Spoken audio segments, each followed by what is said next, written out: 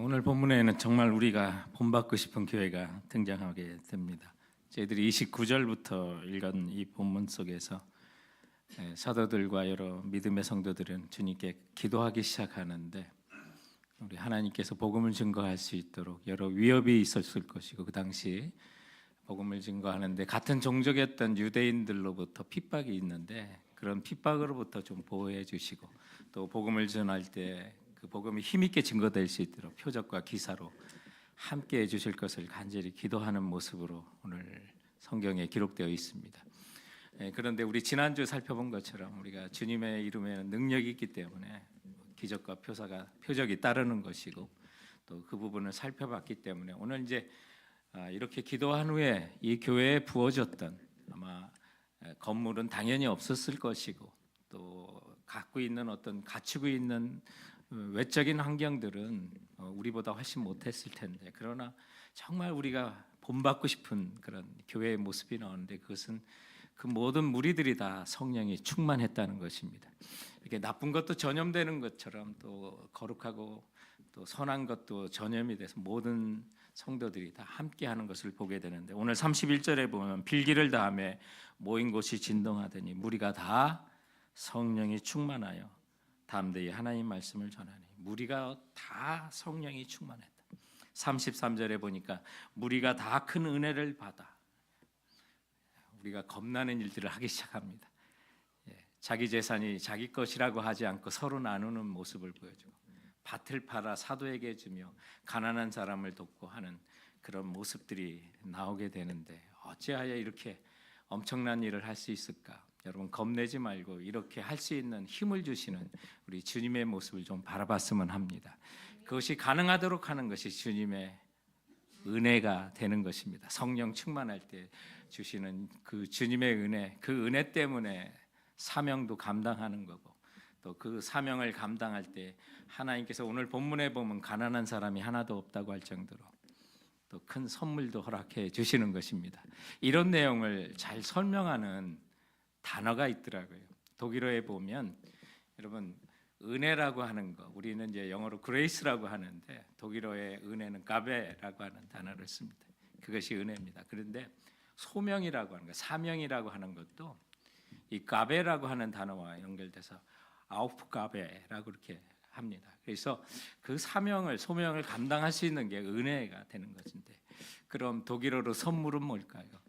그것 또한 가베입니다. 은혜가 곧 선물인 거고, 또 그렇게 은혜를 받아 사명을 감당하면 하나님께서 마땅히 선물도 허락해 주시는, 그래서 정말 이 은혜라고 하는 그 독일의 가베의 선물까지도 포함된 같은 단어가 있는 것에 오늘 성경의 본문을 우리에게 잘 설명해 준다고 생각이 듭니다. 자, 그렇다면 오늘 우리가 정말 본문을 보면서 어떻게 보면 두려울 수가 있고, 세상적으로 보면 어떻게 이런 일이 감당할 수 있을까라고 생각하지만, 무리가 다 성령이 충만하고 큰 은혜를 받아 이런 놀라운 역사를 이루어지는, 정말 우리가 본받고 싶은 그런 모습을 하나둘씩 살펴보면서 우리도 어떻게 성령의 충만함을 다 같이 받을 수 있을까, 그리고 성령의 충만함을 받으면 우리는 어떤 모습을 보이며 살 수 있을까를 본문을 통해서 살펴보고자 합니다.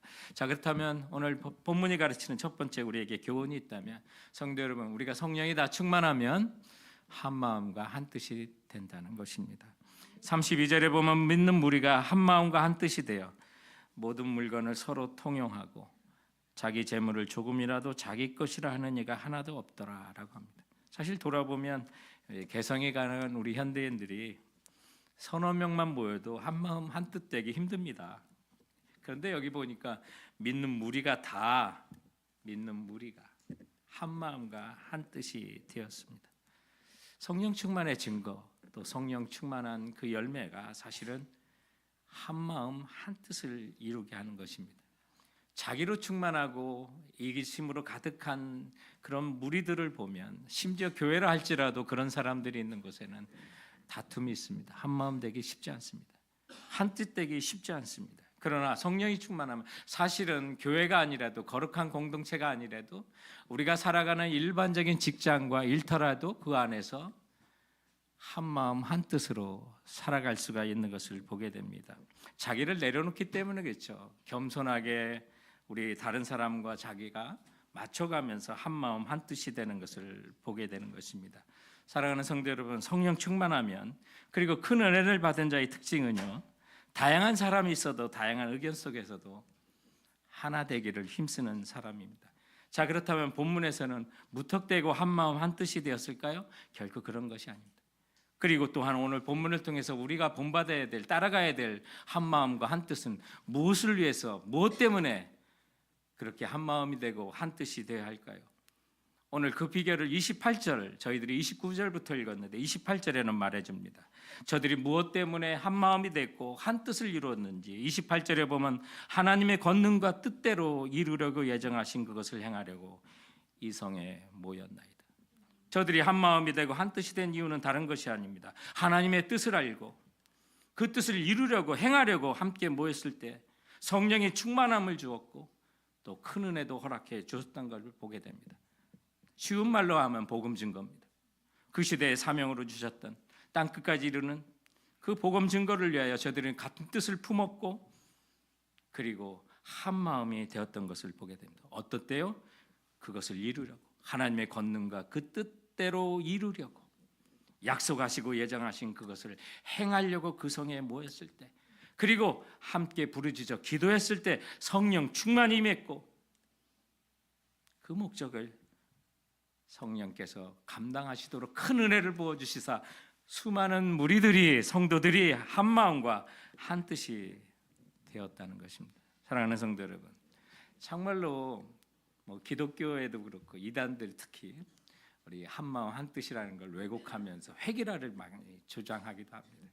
다른 칼날을 가진 건 인정하지 않는 수많은 오류된 그런 기독교 지도자들도 사실 있습니다. 그러나 오늘 저희들이 보여주는 이 말씀은 우리가 성령 안에서 하나가 되어 복음 증거를 위하여 하나님이 우리에게 약속하신 그 뜻을 행하려고 모일 때, 그리고 간구할 때 성령님은 우리를 한 마음과 한 뜻으로 만들어 주시는 것입니다. 그러므로 이것은 무턱대고 어떤 개인이나 어떤 이익을 위하여 한 마음 한 뜻이 되라는 것이 아닙니다. 오직 주님을 향하여, 그분이 우리에게 주신 그 사명을 향하여 한 마음 한 뜻이 되라고 말씀하고 있는 것입니다. 오늘날도 우리가 성령 충만하여 한 마음 한 뜻 되는 건 다른 것이 아닙니다. 여러분, 믿음의 주에 온전케 하시는 우리 주님을 한 방향으로 바라보시면 됩니다. 그분이 우리에게 약속하신, 행하라고 하신 그 말씀에 순종하려고 우리가 뜻을 합하면 그것이 한 마음이 되고 한 뜻을 갖게 된다는 사실 기억하시기 바랍니다. 제가 특별한 회의가 없을 때 휴일인 월요일에는 산책을 하려고 합니다. 가까운 동네도 가고 또 산도 오르고 하는데, 요즘 이제 2월, 3월 요때는요, 해프문베이하고 산타크루즈 사이에 그 산에 꽃들이 너무 아름답게 그냥 피어 있어서 그 꽃길을 걷는 그런 즐거움이 있습니다. 그리고 제가 제 아내한테 꽃길만 걷게 해주겠다고 했기 때문에 또 호텔 가서 꽃길을 걷게 해줍니다. 그런데 너무나도 가슴에 와닿는 것은 이 모든 꽃, 수억의 그 꽃들이 한 방향으로 향하고 있다는 것입니다. 해를 향하고 있는 그 꽃들을 보면서 우리 성도들에게도 이와 같이 한 마음 한 뜻으로 정말 주님만 바라고 주님의 뜻에, 주님의 행하실 그 모든 일에 우리가 함께 바라볼 수만 있다면 성령 충만하여 주님께서 그 사명 감당하도록 큰 은혜 부어줄 것이라는 확신을 주님은 제게 주시는 것을 느낄 수가 있었습니다. 사랑하는 성도들은 해바라기도 그렇고 수많은 꽃들이 해를 바라보며 움직이는 것처럼 우리가 한 마음 한 뜻이 되는 건 다른 것이 아니라 우리의 믿음의 주이신 주님을 바라보며 그분이 우리에게 행하고자 또 행하라 하신 그 말씀을 향하여 우리가 한 방향이 될 때 우리는 한 마음 한 뜻으로 주님의 나라를 이 땅 가운데 펼쳐가는 아름답게 쓰임받는 성령 충만한 교회가 될 줄 확신하시기 바랍니다. 오늘 말씀을 통해서 또한 두 번째 주시는 우리 성령 충만한 교회와 성도라면, 성도 여러분, 우리가 큰 은혜를 받아 이웃에게 자비를 베풀어야 한다는 것입니다. 아마도 교회에서 또 그리고 주일날 가장 많이 듣는 단어, 말이 있다면 은혜라는 말일 것입니다. 많은 성도들이 예배를 마치고 지나가면 목사님 오늘 많이 은혜 받았습니다. 큰 은혜 받았습니다. 이런 얘기도 합니다. 또 누구는 참 바라볼 때마다 은혜가 넘쳐. 또 저 교회는 은혜가 많아. 또 어떤 사람은 장한 일을 해냈을 때 누군가 칭찬을 하면 다 하나님의 은혜지요. 제가 했나요? 이런 표현을 많이 합니다. 그런데 정작 그 은혜가 뭡니까? 라고 물어보면 정확하게 대답하는 사람이 많지 않습니다. 어쩌면 그것이 정답인 것 같습니다. 그 은혜가 너무 풍부하고 다양하기 때문에 은혜는 이거야 라고 한마디로 정의 못하는 것이 정상일 수도 있겠다는 생각을 합니다. 은혜라고 하는 성경을 기록된 히브리어에 보면 그 단어를 헨이라고 하는 단어를 쓰는데 그것은 구부러진다, 구부린다라는 뜻을 갖고 있습니다. 위에서 하나님께서 우리를 굽어 살피시는, 베푸시는 호의라는 뜻을 갖고 있는 거죠. 그래서 아랫사람에게 베푸는 것을 은혜라고 하는 표현으로 많이 씁니다. 신학적인 의미에서 부연한다면 받을 자격이 없는 자에게 무료로 호의로 베풀어주는 그런 사랑, 그것이 바로 은혜요. 또 그것이 그레이스라고 하는 그런 영어의 단어의 뜻이도 되는 것입니다. 그런데 이렇게 우리의 삶과 관련돼서 은혜를 가장 명확하게 설명한 신학자가 있는데 또 지금은 돌아가신 도널드 반하우스라고 하는 우리 교수님이신데 그분이 이런 얘기를 합니다. 위를 향한 사랑, 그것이 예배다. 바깥을 향한 사랑, 그것을 자비라 한다. 그런데 아래로 향한 사랑, 그것이 바로 은혜다. 그렇습니다. 은혜라고 하는 것은 아랫사람에게 받을 자격이 전혀 없지만 윗사람이 호의로 사랑으로 베푸는 모든 행동을 말하고 있는 것입니다. 돌아보면 주님께서 우리에게 한없는 은혜를 부어 주신 것을 우리는 느끼게 됩니다. 오늘 본문 33절에 보면 사도들이 큰 권능으로 주 예수의 부활을 증언하니 무리가 큰 은혜를 받아. 어떤 순간에 그들이 무리가 또 큰 은혜를 받았습니까? 주 예수의 부활을 증언을 듣는 그 순간 창조주신 우리 하나님께서 친히 이 땅에 오셔서 우리와 같이 살아주시며 내가 곧 길이요 진리요 생명이라고 말씀해 주시고 나를 사랑하셔서 죽기까지 사랑해 주시고 또한 주님과 함께하면 우리가 주님과 함께 부활할 수 있다는 사실을 알려주면서 죽어도 살리라는 그 확신을 주시는 그 은혜의 소식을 들었을 때 오늘 성도들이 다 무리가 큰 은혜를 받아라고 말씀하고 있는 것입니다. 사랑하는 성도 여러분, 우리가 성령 충만을 받고 큰 은혜를 받으면 우리 생명이 살아나는 이유가 바로 여기 있는 것입니다. 주님의 부활의 권능이 우리와 함께하는 것이죠. 그런 큰 은혜를 받았을 때 나타나는 현상이 있습니다. 그것이 바로 오늘 본문에 기록하고 있는데 어떤 모습입니까? 32절 이하에 나오는 내용입니다. 믿는 무리가 한 마음과 한 뜻이 되어 모든 물건을 서로 통용하고 자기 재물을 조금이라도 자기 것이라 하는 이가 하나도 없더라. 무리가 큰 은혜를 받아 그 중에 가난한 사람이 없으니 이는 밭과 집 있는 자는 팔아 그 판 것의 값을 가져다가 사도들의 발 앞에 두매 그들이 각 사람의 필요를 따라 나누어 줌이라고 말합니다. 성령 충만하여 주님께서 베푸시는 그 큰 은혜를 받으면 성도 여러분 이기심이 내려집니다. 이웃에게 자비를 베풀게 되어 있습니다. 사실 은혜를 깊이 깨달으면 그것은 당연히 나에게로부터 온 것이 아니라는 거 알지 않습니까? 은혜는 내가 한 것이 아니구나. 다 하나님이 주신 거구나. 하나님이 내게 맡기신 것이구나. 이런 동일한 믿음이 생기고 그런 고백을 하면서 오늘 성령 충만한 이 교회에도 있었던 그 모습을 보면 자기 재물을 조금이라도 자기 것이라 하는 이가 하나도 없었다고 말합니다. 성령 충만하지 않고 자기 욕심으로 충만하면요 우리 입에서 나오는 모든 것이 은혜라는 말이 아니라 내 거, 내 자식, 내 집 나밖에 모르는 거예요. 그러나 은혜가 충만하면 그 반대가 되는 거죠. 다 하나님 것이에요.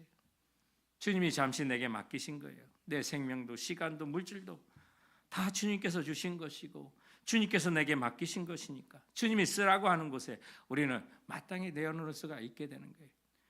이런 은혜를 받지 아니하고 오늘 본문을 보면 정말 부담되는 거예요. 어떻게 자기 것이라 하지 않고 이웃들에게 나눠줄 수 있을까? 그렇다면 이렇게 저들이 정말로 모든 것을 팔아 착한 일을 할 수 있었던 그 비결이 무엇일까? 오늘 그 비결을 본문은 말합니다. 그들이 큰 은혜를 받아라고 말합니다. 성령 충만하여 큰 은혜를 받아. 그 은혜가 어떤 은혜입니까? 성경의 은혜라는 것을 쭉 찾아보니까 고린도후서 9장 8절에 이런 말씀이 있더라고요.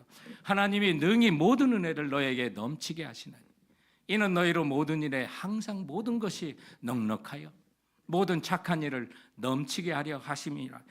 오늘 초대교회 이 교회가 이렇게 사랑이 넘치는 풍성한 착한 일을 할 수 있었던 그 이유는요, 그들이 넘치는 은혜를 받았기 때문에 그런 거예요. 하나님으로부터 성령이 충만함을 받아 큰 은혜를 입어 저들이 그 넘치는 것으로 이웃들에게 나눠주는 거예요. 사랑하는 성도 여러분, 하나님의 은혜를 구할 때 넘치는 수준이 있다는 것을 여러분 아셔야만 합니다. 많은 사람이 이 사실을 몰라요. 그래서 정말 급해서 주님 앞에 간구할 때 응급으로 받는 은혜가 있어요.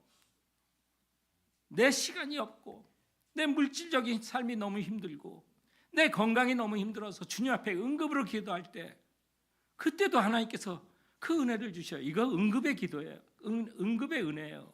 그런데 여기에 머물러서는 안 돼요. 정말 하나님의 풍성한 은혜를 맛보면요, 나를 자족하게 하는 비결도 거기서 발견되고 자족의 은혜도 있구나라는 사실을 알아요.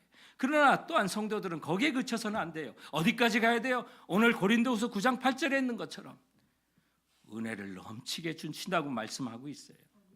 우리가 사모해야 될 은혜는 바로 이거예요. 겨우 응급의 은혜에 머물지 마시고 자족의 은혜에 머물지 마시고 하나님이 내게도 넘치는 은혜를 허락해 주시옵소서. 이 사실을 보면요, 주시는 분의 문제가 아니라 구하지 않는 우리의 문제예요. 우리의 믿음의 문을 크게 열고 마음을 열지 않기 때문에, 겸손하게 주님께 구하지 않기 때문에 우리가 그 은혜를 못 받아 누리는 거예요. 하나님은 여러분을 위해서도 넘치는 은혜가 준비되어 있는 걸 믿으시기 바랍니다. 그 은혜가요, 모든 것을 더 넉넉하게 하여 모든 일에 항상 모든 것이 넉넉하여 그래서 착한 일도 넘치게 할 수 있는 거예요. 오늘 초대교회 성도들의 모습을 보세요. 성령 충만한 교회의 모습을 보세요. 착한 일을 넘치게 합니다. 무엇이 그것을 가능하게 해요? 그 비결이 보이잖아. 다 무리가 다 성령이 충만하여 무리가 다 큰 은혜를 받아서 모든 일도 착한 일을 넉넉하게 해내는 그 모든 것이 하나님의 넘치는 은혜를 받았기 때문에 감당하는 거예요. 성도 여러분, 넘치는 분량은 우리 것이 아닙니다. 내 것이 아니에요. 넘치는 분량을 줬다고 그거 주워 담았다고 내 것 되지도 않아요. 넘치는 것은 결코 내 몫이 아닙니다. 만약 우리에게 필요 이상으로 넘치는 은혜를 주셨다면, 시간의 은혜를 주셨다면, 물질의 은혜를 주셨다면, 건강의 은혜를 주셨다면 그건 내 몫이 아니라 다른 사람의 몫이라는 사실을 기억하셔야만 합니다. 그래서 이웃들에게 주변에게 흘러가도록 하나님께서 자비를 베풀라고 주시는 몫이라는 것을 기억할 때 우리의 삶이 모든 일에 항상 모든 것이 어떻게 해요? 넉넉해지는 겁니다. 왜 우리가 그 단계까지 못 갑니까? 믿음이 없어서 그런 거 아니에요. 그 은혜를 사모하지 않고 그 은혜를 받아 누리지 못해서 그런 거예요. 그러나 하나님은 모든 일을 행할 때 우리에게 약속하세요. 오늘도 이 본문을 보세요. 가난한 자가 하나도 없다고 말씀하세요. 주님께서 무슨 일을 하라고 명령하실 때 그 일에 감당하면 주님이 약속하시는 거예요. 부어주시겠다는 거예요. 너희들 거 하나님께서 정말 넘치는 은혜를 이웃들에게 자비로 베풀면 하나님이 가난한 자 없도록 해주시겠다고 하는 거고요. 넘치는 그 은혜로 착한 일을 넘치도록 하면 모든 일에 항상 모든 것이 넉넉하도록 주님께서 부어주시겠다고 약속하고 있는 것입니다.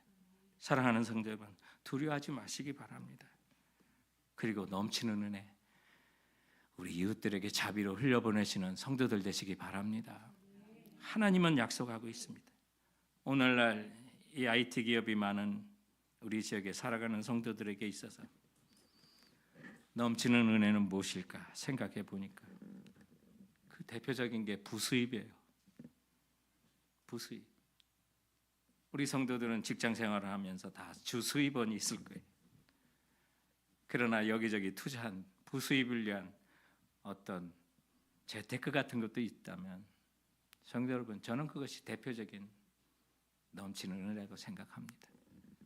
그것은 내 몫이라고 생각하지 마시고 하나님께서 넘치는 은혜라면, 그리고 그런 확신이 있다면, 그리고 베풀 수 있는 큰 은혜를 받았다면, 그리고 큰 은혜를 받을 수 있는 성령이 충만하다면 이웃들에게 흘려보낼 수 있는 성도가 되시길 주님의 이름으로 축원드립니다. 오늘 말씀을 통해서 성령 충만한 교회, 우리가 본받을 그 모습은 누군가에게 위로의 사람이 되어 살아야 한다는 것입니다. 오늘 이런 본문 속에 큰 은혜를 받아 이웃에게 자비를 베푼 무리들의 모습 속에서도 한 사람의 이름이 특별히 소개되고 있습니다. 그 사람의 이름이 36절에 보면 구브로에서 난 레위족 사람이 있으니 이름은 요셉이라. 사도들이 일컬어 바나바라, 번역하면 위로의 아들이라 하니 그가 밭이 있음에 팔아 그 밭을 가지고 사도들의 발 앞에 두니라고 말합니다. 누구요? 바나바. 바나나가 아닙니다. 바나바입니다. 이름만 들어도 앞뒤가 똑같아서 참 한결같은 사람이겠구나라는 느낌을 주는 사람입니다. 오늘 성경에 보니까 그분이 구브로 출신입니다. 오늘날 지중해 동쪽에 있고 터키의 남쪽에 있는 사이프러스라고 하는 그 국가, 섬 국가를 그 출신입니다. 그런데 그곳에 레위족으로 유대인으로 또 태어났고 그분의 이름은 요셉입니다. 그런데 사도들이 그를 요셉이라고 부르지 않고 그분의 행동을 따라 별명을 붙였는데 바나바다, 위로의 사람이다라고 이름을 붙인 것을 보게 됩니다. 우리는 이 사실을 통해서 그가 어떤 사람인지 알게 됩니다. 아마 무리들이 다 자기 것을 자기 것이라고 하지 않고 사도들에게 바치고 하나님께 바쳐서 이웃들에게, 어려운 사람들에게 쓸 수 있도록 다 내어드리는 아름다운 착한 일을 넘치도록 하는 그 가운데서도 이렇게 바나바를 특별히 이름이 등장하게 된 것은 아마 그가 초대교회에 가졌던 어떤 영향력을 이제 또 하나님이 펼쳐가시는 일에 크게 쓰임받을 것을 이제 기록상으로 남기기 위한 것이 아니었나 그렇게 생각이 됩니다. 한마디로 말하면 이 바나바, 이름이 요셉인데 바나바, 위로의 사람이 불 정도로 됐다면 아마 이 사람의 삶의 태도, 또 삶의 행동 때문에 이런 이름이 붙여졌을 것입니다. 그리고 성경을 통해 보면 정말 이 사람이 그분의 일생에 나오는 내용들을 보면 누군가를 항상 위로하고 격려하는 사람으로 등장해요. 이것이 성령 충만한 사람의 증거 아니겠습니까? 바나바가 없는 사도 바울은 사실 생각할 수가 없습니다. 사도행전 11장에 보면 바나바가 안디옥에서 목회를 했었는데 그때 안디옥에 예수 믿는 사람이 있다고 그래서 그 사람들을 잡으려고 사도 바울이 사울이었던 시대에 유대교에 맹정하고 있었던 시대에 그 그리스도인들을 잡으려고 담메색으로 가는 그 길가에서 부활하신 예수님을 친히 만나게 돼서 변하죠. 그런데 그가 정말 그리스도인이 되었고 그리스도 안에 새로운 피조물이 되었다는 사실을 아무도 겁을 내며 믿어주지 않을 때 그 사울을 믿어줬던 사람이 바로 바울이었습니다. 그리고 기독교 시대, 기독교 세계에 또 교회에 등장하도록, 사도로 등장하도록 사울이 바울이 되도록 길을 열어준 사람이 바로 바나바였습니다.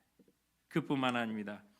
바나바가 없는 청년 마가는 또한 생각할 수가 없습니다. 바울과 바나바가 한 팀이 되어 주의 복음을 전하는 선교팀이 되고 사도행전 15장에 보면 우리가 소위 1차 전도여행이라고 하는 곳에 마가를 데리고 가는데 이 마가가 전도여행이 너무 힘들어 중간에 보따리 싸서 집으로 돌아갑니다. 이것 때문에 바울과 바나바가 다투기도 하고 각자 다른 선교의 팀을 꾸리기도 하죠. 그러나 바나바는 그런 아픔에도 불구하고 마가를 포기하지 않은 사람입니다.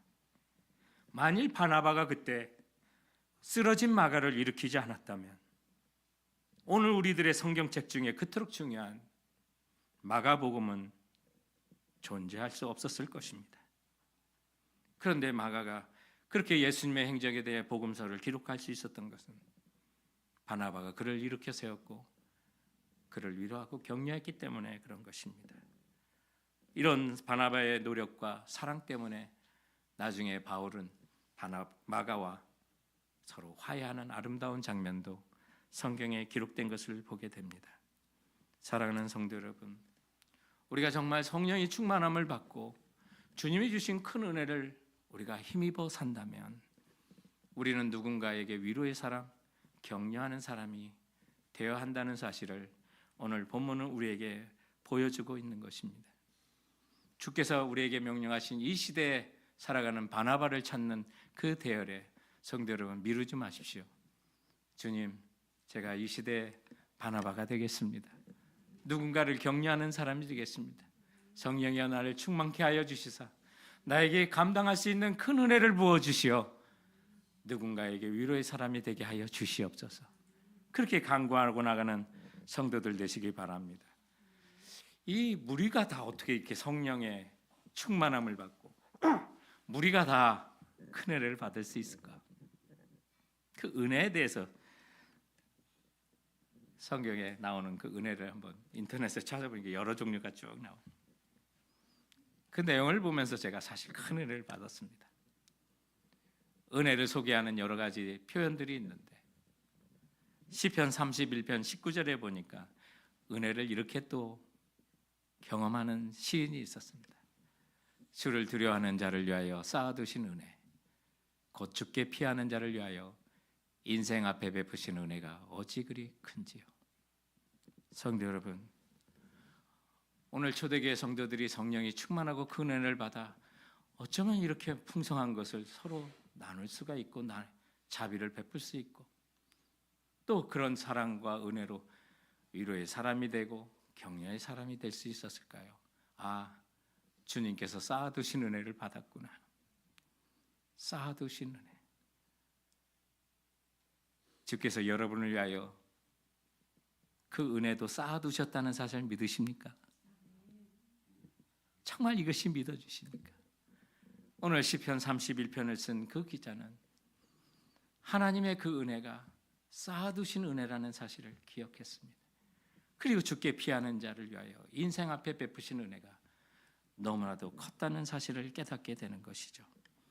오늘도 주님은 여러분을 위하여 그 은혜를 쌓아두고 계신 걸 믿으시기 바랍니다. 그러므로 우리가 그 쌓아두신 은혜, 하나님의 자녀의 당당한 신분을 가지고 주님께 엎드려 간구하시기 바랍니다. 하나님, 그 은혜 내게도 주시옵소서. 사모합니다. 그 은혜를 받아 베풀며 살아가게 하시고 그 은혜의 풍성함을 받아 나도 누군가에게 위로의 사람, 격려의 사람이 되게 하여 주시옵소서. 이렇게 간구하고 기도했던 또 그 은혜를 달라고 했던 모습이 또 성경에 있더라고요. 어디에 있을까요? 히브리서를 보니까 4장 16절에 그러므로 우리는 긍휼하심을 받고 때를 따라 돕는 은혜를 얻기 위하여 은혜의 보좌 앞에 담대히 나아갈 것이니라고 말합니다. 성도 여러분, 주님은 은혜의 보좌에 앉아 우리에게 쌓아두신 은혜를 위하여 간구하는 여러분을 기다리고 계십니다. 오늘도 그 은혜를 달라고 주님 앞에 그 주님의 보좌 앞에 담대히 나가는 성도들 되시기 바랍니다. 그러면 주님이 그 쌓아두신 은혜를 우리에게 허락해 주시는데, 그런데 히브리서 4장 16절의 말씀해 보니까 이 은혜가요, 때를 따라 돕는 은혜가 있더라고요. 때를 따라 돕는 은혜. 1년 내내 맺히는 열매와 과일이 다르듯이 하나님께서 내게 부어주신 은혜가 때를 따라 다른 은혜를 주셔요. 그 맛이 다르고 모양이 달라. 그런 은혜를 우리에게 허락해 주시는데 제철 과일이 맛이 있듯이 제때제때 주어지는 그 은혜가 나를 살리는 거고, 나를 오늘도 힘을 주셔서 누군가에게 나도 힘든데 위로의 사람이 되고 격려의 사람이 될 수 있도록 나를 붙들어 주는 것이 때를 따라 돕는 은혜 때문에 그것이 가능한 줄 믿으시기 바랍니다. 그런데 우리가 왜 그 때를 따라 돕는 은혜를 얻지 못할까? 주님은 봄에 주실 은혜를 기다리는데 씨를 뿌리지 아니하고 가을의 열매만을 기다리는 가을의 열매를, 그 가을의 은혜를 기다리는 것은 아닌지요. 주님께서는 나에게 여름에 땀을 흘리며 일을 해야 될 그 은혜를 기다리고 있는데 그 일을 다 마치고 겨울에 얻을 그 쉼의 은혜를 기다리고 있는 것은 아닌지요. 그래서 주님이 주실 때를 따라 부어주실 은혜를 기다리고 계시는데 나는 그 때를 찾지 못하고 다른 은혜를 구하고 있기 때문에 때를 따라 돕는 은혜를 받지 못하는 것은, 성도들 여러분, 그런 모습이 나의 모습은 아닌지 돌아봤으면 합니다.